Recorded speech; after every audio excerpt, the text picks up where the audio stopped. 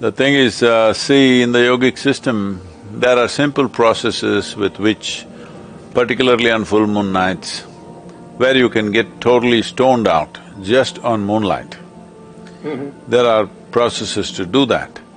And as you can see, I don't know what that DMT is, you can see I'm on it all the time. So it is not that moon instigates madness, it is just that when the moon takes certain positions, it heightens whatever you are.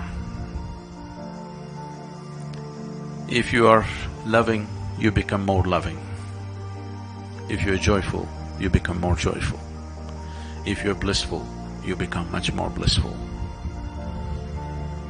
If you're a little insane, you become much more insane. If you're meditative, you become far more meditative. It just enhances everything that you are.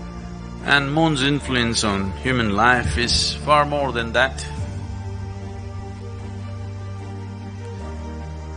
To do anything with yourself, to be aware where the moon is could be useful, because it creates different types of qualities and energies in the system. If one is aware, he could make use of it.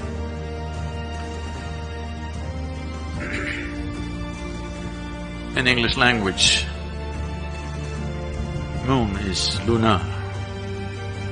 If you take a step further, you become a lunatic.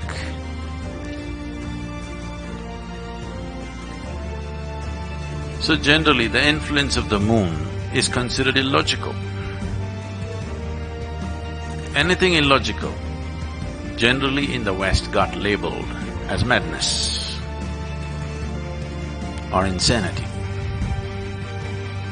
But here, we always saw the limitations of logic. Logic is very useful to conduct the material aspect of your life. If you want to do your business, you want to build a house, you want to do all the things in the world, you have to be logical, there is no other way to conduct it. This is the problem with us. To conduct the outside, we call the divine. To conduct the inward, we try to go at it logically. Both won't work for us. So, when it comes to subjective dimensions of life, if you're not willing to step beyond the limitations of your logic, then nothing ever will happen. So, if you have to step out of your logic, unless you do it in a certain way, it sounds senseless. Because right now, your idea of sense is only logical, isn't it?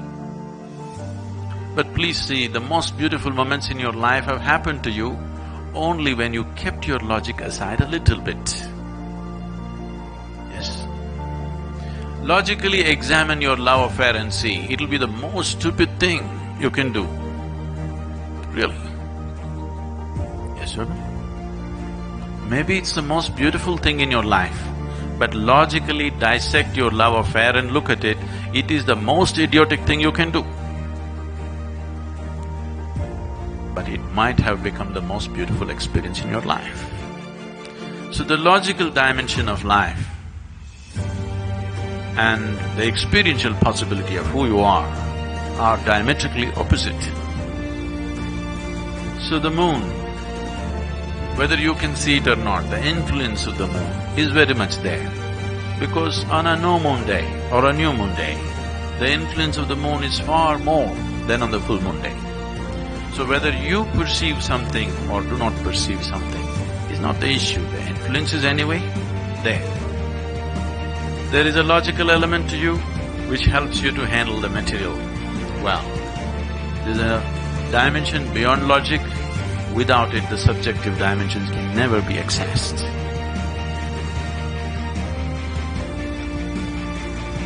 The moon is a symbolic representation of that dimension.